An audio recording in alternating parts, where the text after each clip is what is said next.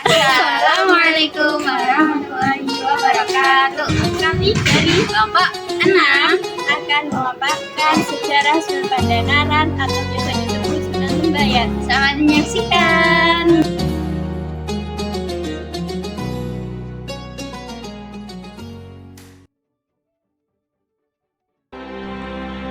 Makam Sunan Pandanaran terletak di Desa Paseban, Kecamatan Bayat, Kabupaten Klaten. Makam itu bernama Hastana Cakra Kembang. Di situ bersemayam jasad seorang susuhunan atau sunan yang terkenal dengan nama Sunan Pandanaran. Masyarakat banyak juga menyebutnya Sunan Bayat. Letak makam kurang lebih 12 km dari kota Klaten. Makam tersebut berada di sebuah bukit kecil anakan di lereng Gunung Jabal Kat sebelah timur. Bukit tersebut dinamakan Bukit Cakra Kembang. Menurut cerita masyarakat, konon bukit ini merupakan potongan dari Gunung Malang yang berada di sebelah timur Gunung Jabal Kat. Makam ini sangat diluhurkan oleh banyak orang maupun para raja dari berbagai kerajaan, seperti Kerajaan Demak, Kerajaan Pajang, dan Kerajaan Mataram. Oleh Raja Mataram yaitu Sultan Agung Hanyokrokusumo, makam tersebut dibangun sebagai rasa hormat dan baktinya terhadap leluhur.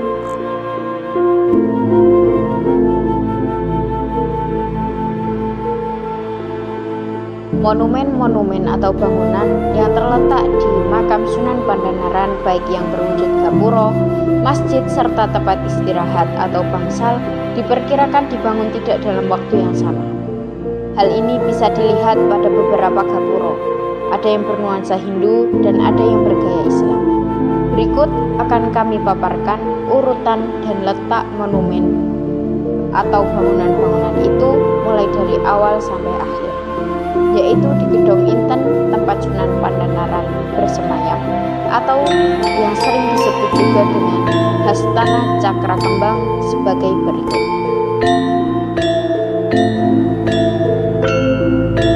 Peziarah masuk ke makam Hastana Cakra Kembang melalui sepasang gapura yang disebut Gapura Segara Muncar. Gapura ini dibuat dari batu alam yang sekarang keadaannya terpendam sebagian di bawah tanah.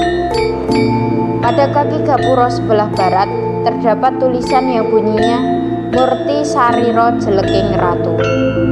Tulisan ini merupakan Condro Sengkolo yang artinya peringatan berdirinya gapura tersebut, yaitu pada tahun 1488. Di belakang Gapura Segara Muncar terdapat sebuah gapura bernama Gapura Dudong. Gapura ini sekarang tidak bisa dilewati oleh para peziarah dan diganti dengan gapura pintu masuk yang dibangun oleh Dinas Purbakala. Dari gapura ini, para peziarah berjalan naik melalui tangga yang dibuat dari batu bata atau undaan yang jumlahnya kurang lebih 250 undaan.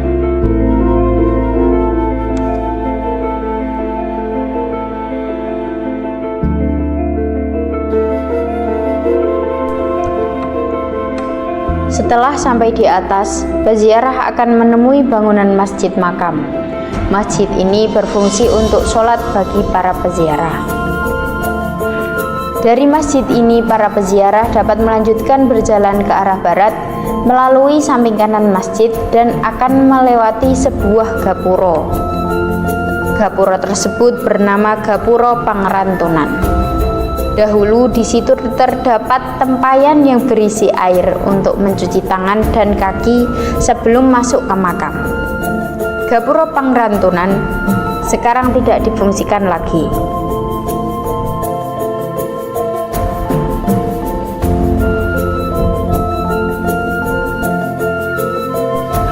Setelah melewati gapura ini, peziarah akan sampai di bangsal luar yang disediakan bagi peziarah pria. Dari bangsal luar, para peziarah terus berjalan masuk melalui gapura pelengkung dan menemui bangunan-bangunan yang dinamakan bangsal dalem. Bangsal ini digunakan sebagai tempat istirahat para peziarah khusus wanita. Dari bangsal ini, perjalanan dilanjutkan masuk dan peziarah akan melalui Gapura Panemut. Pada kaki gapura ini di sebelah utara terdapat tulisan Candra Sengkala yang berbunyi Wisaya Anatawi Saking Ratu. Artinya pada tahun 1555 Saka atau tahun 1533 Masehi. Di sebelah selatan terdapat tulisan angka Jawa yaitu 1555. Pada tahun 1633 Masehi, setelah selesainya pemugaran Gapura Pangrantunan pada tanggal 1 Suro tahun Saka 1555 tersebut yang bertepatan dengan tanggal 1 Muharram tahun Hijriah oleh Sultan Ageng Hanyokrokusumo dipakai sebagai permulaan perhitungan tahun atau tanggal. Ini merupakan penggabungan antara tarikh Saka Jawa dan tahun Hijriah. Dari Gapura Panemut, para peziarah menuju ke Gapura Balikencur dan Gapura Prabayeksa.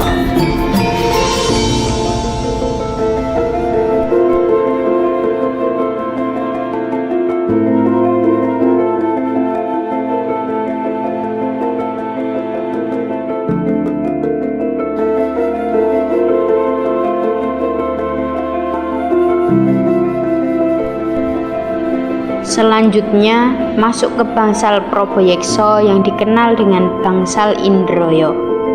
Di bangsal ini ada petugas penjaga atau juru kunci yang bertugas menerima tamu atau peziarah yang ingin masuk makam.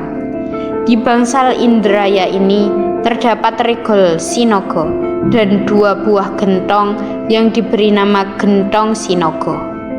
Yang konon waktu itu Syekh Domba mendapatkan tugas dari Sunan Tembayat untuk mengisinya, untuk menyediakan air wudhu Sunan Tembayat dan Sunan Kalijogo. Di atas gentong Kiai Nogo atau Sinogo ini terdapat 3 buah pintu masuk yang masing-masing terdapat tulisan Jawa sebagai sengkalan. Di atas 3 pintu tersebut terdapat 1 pintu kecil dan sempit untuk masuk ke bangunan makam utama Sunan Pandanaran. Makam utama Sunan Pandanaran yang berbentuk bangunan Jawa dinamakan Gedong Inten. Bagian tengah dari bangunan utama terdapat cungkup makam khusus Kanjeng Sunan Pandanaran.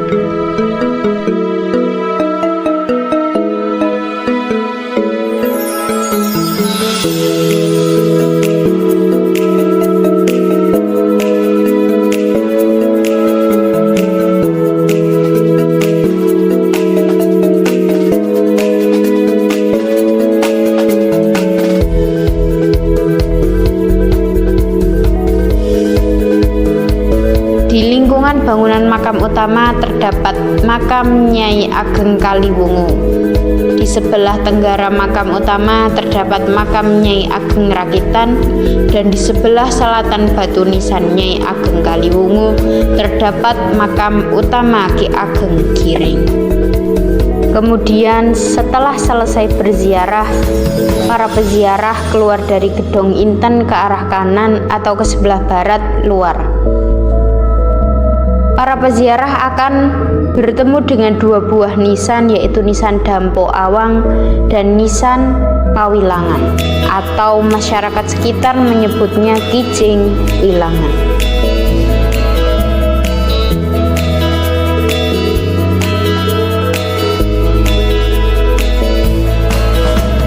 Kisah ini berawal sekitar abad ke-16 Masehi. Saat itu hiduplah seorang bupati yang bernama Pangeran Mangkubumi yang memerintah di daerah Semarang. Ia adalah putra dari bupati pertama Semarang, yaitu Haryo Madyo Pandang. Sepeninggal ayahanda, Pangeran Mangkubumi menggantikan kedudukan sang ayah sebagai bupati kedua Semarang dengan gelar Ki Ageng Pandanaran. Ia diangkat menjadi kepala pemerintahan Semarang pada tanggal 2 Mei 1547 Masehi atas hasil perundingan antara Sultan Hadiwidoyo, penasehat Istana Demak, dan Sunan Kalijogo. Sebagai kepala pemerintahan, Ki Ageng Pandanaran melanjutkan usaha yang telah dirintis oleh sang ayah. Di sela-sela kesibukannya mengurus tugas-tugas pemerintah, ia juga giat mengembangkan kegiatan-kegiatan keagamaan untuk membina rakyatnya. Kegiatan tersebut diantaranya mengadakan pengajian secara rutin, menyampaikan ceramah-ceramah melalui khotbah, serta mengembangkan pondok-pondok pesantren dan tempat-tempat ibadah. Dengan demikian, ia dianggap telah berhasil menjalankan tugas-tugas pemerintahan dengan baik dan patuh kepada ajaran-ajaran Islam, seperti mendiang ayahnya, sehingga rakyat pun hidup makmur dan damai.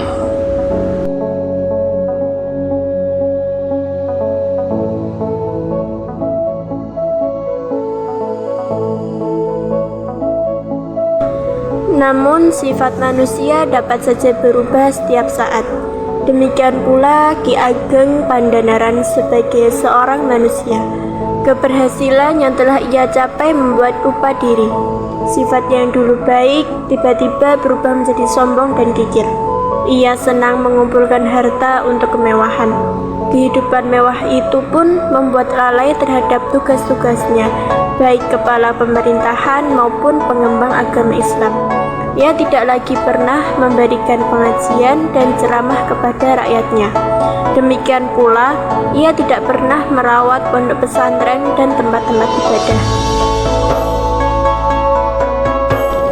Suatu hari datanglah Sunan Kalijogo ke kediaman Ki Ageng Pandanaran dengan mengenakan pakaian compang-camping layaknya seorang tukang rumput. Di sela-sela menawarkan rumputnya, sang Sunan menasihati Ki Ageng Pandanaran agar tidak terbius oleh kemewahan dunia.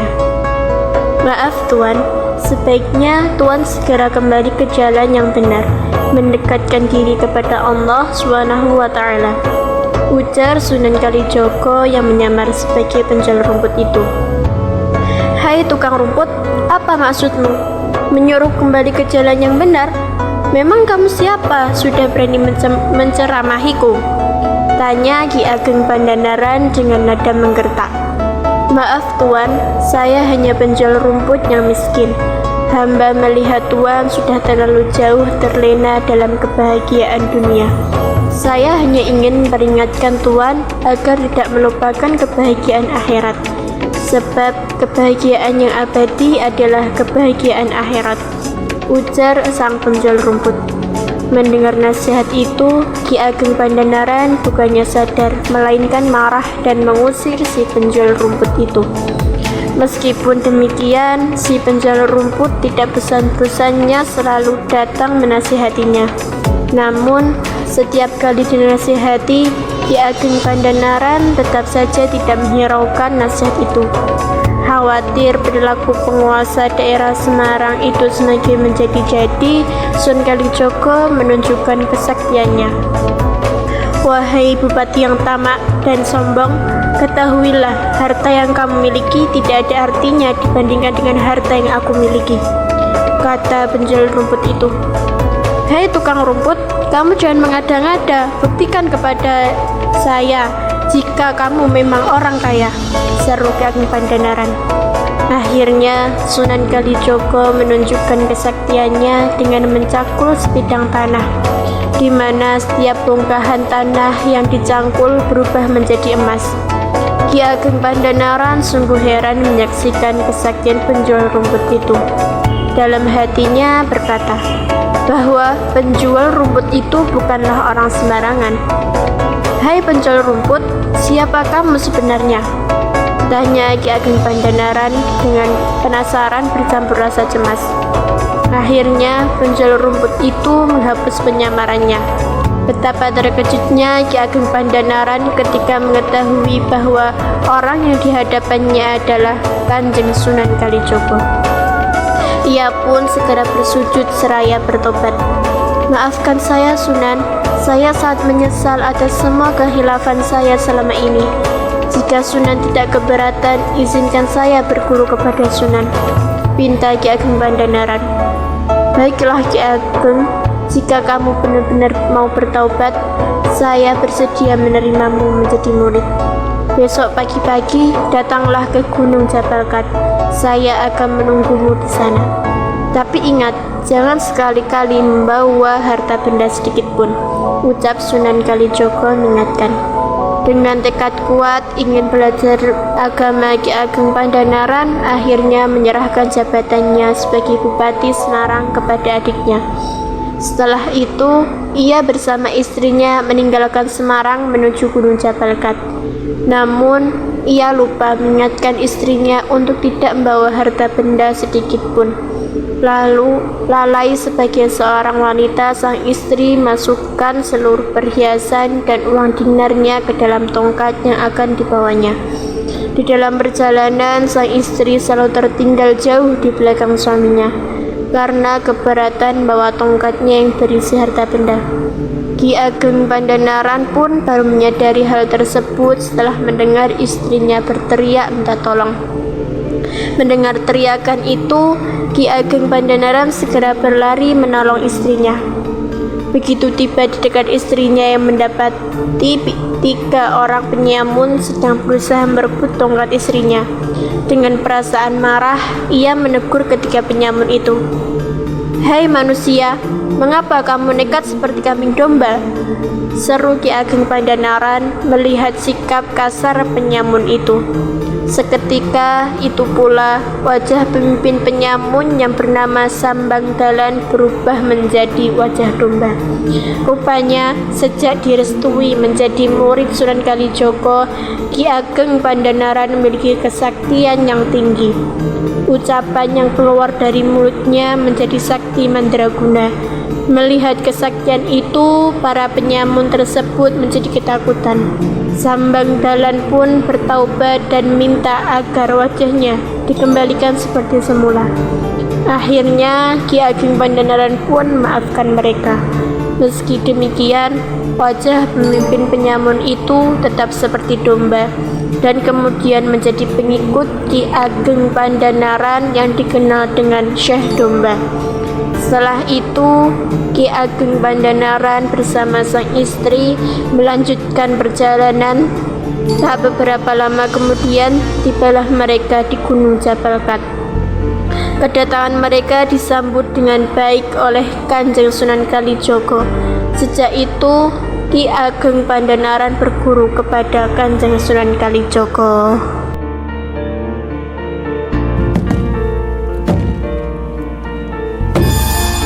Assalamualaikum. Waalaikumsalam warahmatullahi wabarakatuh. Sunan Kalijogo, silakan. Ada berita apa dari Demak? Ada pesan sedikit dari Gusti Fata. Kalau memukul beduk, jangan terlalu keras. Yang wajar-wajar saja. Inggih Sunan, hamba mengaku bersalah. Sebaiknya masjidmu itu kamu turunkan sedikit. Jangan terlalu tinggi.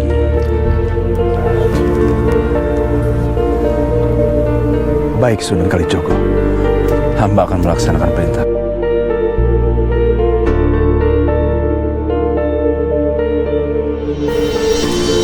Kemudian Sunan Pandanaran pun memindahkan masjid Masjid Jabalkat ke lereng Gunung Jabalkat.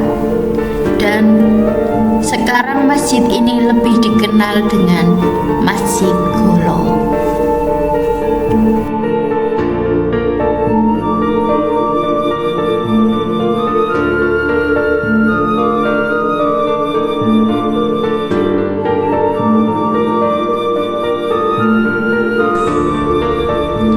Ki Ageng Pandanaran seorang murid yang cerdas dan rajin. Berkat kecerdasannya, ia ditugaskan untuk menyiarkan agama Islam di sekitar daerah tersebut. Ia pun mendirikan sebuah perguruan di Gunung Jabalkat. Ajaran Ki Ageng Pandanaran yang paling menonjol dikenal dengan istilah patembayatan, yaitu kerukunan dan kegotong royongan. Setiap orang yang datang untuk memeluk agama Islam harus mengucapkan syahadat tembayat. Berkat ajaran patembayatan, ia juga berhasil mendirikan sebuah masjid di Bukit Galang. Selain pengetahuan agama, Ki Ageng Pandanaran juga mengajarkan cara bercocok tanam dan cara bergaul dengan baik kepada penduduk sekitarnya. Setelah itu, ia pun menetap di Jabalkat hingga akhir hayatnya.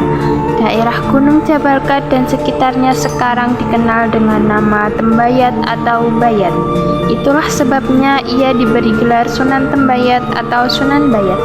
Hingga kini, makam Ki Ageng Pandanaran dapat ditemukan di atas Bukit Cokro Kembang, di sebelah selatan Bukit Jabalkat, Desa Paseban, Kecamatan Bayat, Kabupaten Klaten.